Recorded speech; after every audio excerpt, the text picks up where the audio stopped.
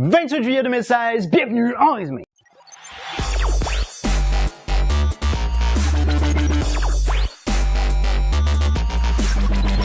Bonjour à vous communauté, mon nom est Yves Lantier, bienvenue en résumé l'actualité avec une pointe d'humour et d'humanisme. Alors communauté, d'abord j'aimerais ça mentionner un petit quelque chose de particulier, c'est-à-dire que la semaine dernière je me suis fait ramasser assez solide sur ma capsule par rapport à la tentative de coup d'État en Turquie. J'avais exprimé une position pro-laïcité pour l'État de la Turquie et il y a des gens qui semblent être originaires de Turquie qui m'ont ramassé assez solide me disant que je connaissais rien, que j'étais un inculte, blablabli et blablabla. Alors la première des choses que je tiens à mentionner concernant ça, c'est que j'avais parlé de quelques craintes que j'avais concernant de l'attitude du président Erdogan. On soupçonne Erdogan de vouloir vraiment liquider et purifier, si vous voulez, la société turque en mettant de côté toutes les personnes qui peuvent être opposantes à son projet de centraliser les pouvoirs vers son pouvoir à lui. Et la communauté internationale a vraiment très peur à l'établissement d'un système autoritaire en Turquie. Alors en gros, c'est que le président Erdogan pratique une purge sociale puis il a décidé de limoger beaucoup de gens dans différents domaines, entre autres la justice, l'éducation, l'armée. J'avais peur qu'il me passe la muselière à l'ensemble de l'opposition et qu'il bloque, disons,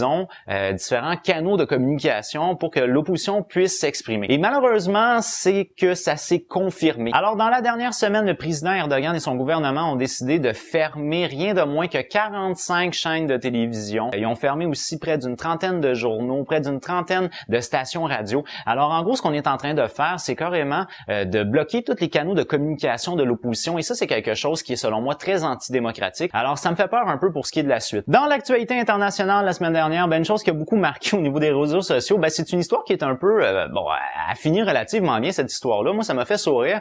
Maintenant, il y a pour certaines personnes, disons que ça l'a offensé beaucoup de gens en Thaïlande. Alors, en gros, ce qui est arrivé, c'est qu'il y a un couple qui ont pratiqué un ébat sexuel à l'extérieur d'un hôtel, donc semblerait qu'il était près d'un artère important, donc d'une route importante. La femme, on la voit très clairement en train de faire une fellation à l'homme. Et en gros, ça l'a choqué les gens qui filmaient cette scène-là. Donc, ils se sont approchés du couple, ils leur ont demandé qu'est-ce que vous faites, pourquoi vous faites ça, vous êtes originaire de où, etc., etc. Finalement, le couple a été arrêté et ils ont été obligés de supplier, donc d'implorer le pardon à la communauté thaïlandaise puis de payer aussi une amende de 60 $, ce qui est vraiment pas immense. Et moi, je pense que ce qui m'a fait le plus sourire là-dedans, c'est le fait d'avoir à prier et à demander pardon.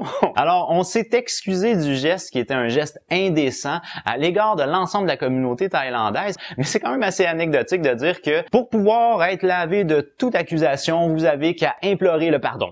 Toujours dans l'actualité internationale, peut-être est-ce que vous vous souvenez encore du défi qui avait eu vraiment un impact majeur sur les réseaux sociaux il y a de ça environ 2 ans. Alors en gros, ce qui est arrivé à cette époque-là, c'était que l'Association pour la sclérose latérale amyotrophique avait décidé de faire une campagne de sensibilisation, puis il proposait aux gens de ressentir un peu ce que les gens qui sont atteints de la SLA ressentent, c'est-à-dire de ne plus être capable de contrôler et de ressentir ses membres. Donc pendant un très court instant, le défi étant de se jeter de la glace sur la tête, permettait aux gens de ressentir l'inconfort que les personnes qui sont atteintes de SLA peuvent ressentir. Puis en même temps, on proposait aux gens de faire des dons pour pouvoir avancer dans ces recherches-là, parce qu'on avoue qu'on n'avait pas beaucoup d'informations relatives à cette maladie-là, qui est une maladie quand même qui est très grave parce que des fois elle dégénère très rapidement et elle mène jusqu'à la mort. Alors cette semaine, l'association de la ALS aux États-Unis a donc affirmé publiquement qu'elle avait réussi à découvrir un des gènes qui est présent chez l'ensemble des personnes qui sont atteintes de la SLA. Alors en gros, ce gène-là qui est le NEK1, donc NEK1, est un gène qui est présent chez l'ensemble des personnes qui sont atteintes de la SLA. Et là, on dit en gros, c'est que si ça n'avait pas été du Ice Bucket Challenge et de tous les fonds qui ont été amassés grâce à ce challenge-là, on n'aurait pas réussi à avoir autant d'intervenants internationaux qui viennent faire des recherches scientifiques concernant la SLA et on n'aurait pas été capable de découvrir ce gène-là. Alors c'est en grande partie grâce aux réseaux sociaux qu'on a réussi à accumuler une somme vraiment colossale. Le Ice Bucket Challenge avait permis d'amasser rien de moins que 115 millions de dollars et ce uniquement aux États-Unis, alors que normalement, on avait environ 20 millions de dollars pour faire des recherches. Alors franchement, je pense que c'est une très grande réussite que le Ice Bucket Challenge a réussi à faire. Également, je pense que c'est important de mentionner le fait qu'il y a eu une prise d'otage importante qui a été faite en France. En fait, c'est peut-être plus l'aspect symbolique de la prise d'otage, puis finalement, il y a un prêtre qui a été égorgé, qui est monsieur Jacques Hamel.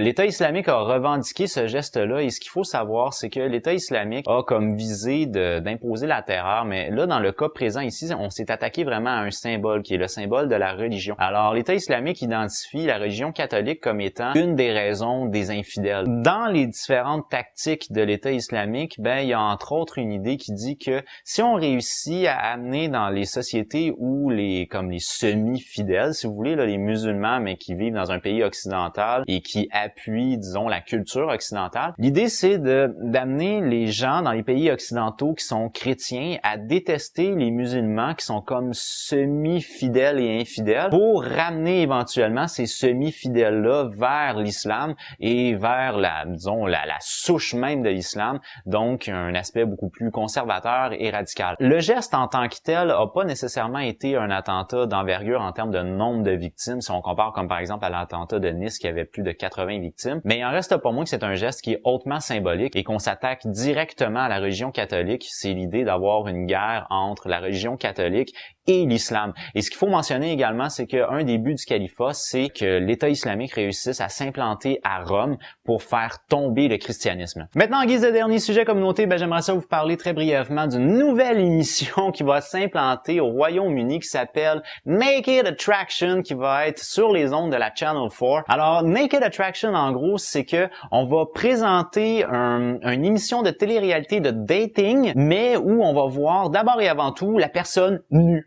Selon leur théorie, eh bien, on en serait venu au fil du temps à apporter plus d'importance à, disons, l'apparat du corps, c'est-à-dire à la présentation avec le linge, avec la peignure, avec le maquillage, etc., etc. Donc, on aurait perdu cette espèce d'instinct primitif-là du corps. Alors, ce qu'on dit, c'est que l'attirance sexuelle devrait être l'attirance de base de toute forme de relation. Et pour vraiment maximiser l'expérience de l'attirance sexuelle, on présente d'abord et avant tout, pour la première fois, la personne nue à l'autre personne. Alors, les candidats et candidates vont être amenés à choisir dans une sélection de 6 corps, parce qu'ils verront pas les visages à la base. Ils vont être amenés à choisir dans une sélection de 6 corps ceux qui vont être éventuellement leur futur date. Alors, je sais pas si vraiment cette idée-là peut être une idée intéressante dans la mesure où, sur un point de vue psychologique, ça peut peut-être être intéressant, mais je pense que ça va probablement attirer beaucoup plus de voyeurs que de psychologues. Sur ça, communauté, pour moi, c'est déjà tout. Je vous remercie beaucoup d'avoir regardé ma vidéo. Maintenant, communauté, je vous annonce que la semaine prochaine, encore une fois, je vais devoir faire relâche. Alors, en gros, à cause des vacances à mon travail, je travaille souvent les jeudis soirs et c'est hyper compliqué pour moi de faire une capsule quand que je travaille le jeudi soir. Alors, c'est la raison pour laquelle, encore une fois, je vais faire relâche la semaine prochaine. Mais quand même, communauté, je vous reviens dans 2 semaines. Alors, sur ce, communauté, moi, je vous dis, si vous avez aimé ma vidéo, n'oubliez pas de donner un petit j'aime. Si vous l'avez vraiment aimé, eh bien, partagez-la. Ça me fait toujours plaisir d'accueillir des nouveaux abonnés. 300 abonnés d'ici la fin de l'année, c'est notre visée et on peut y arriver. Sur ce, communauté, moi, je vous dis à jeudi dans 2 semaines. J'ai déjà hâte de vous voir. As always, with love. Bye bye.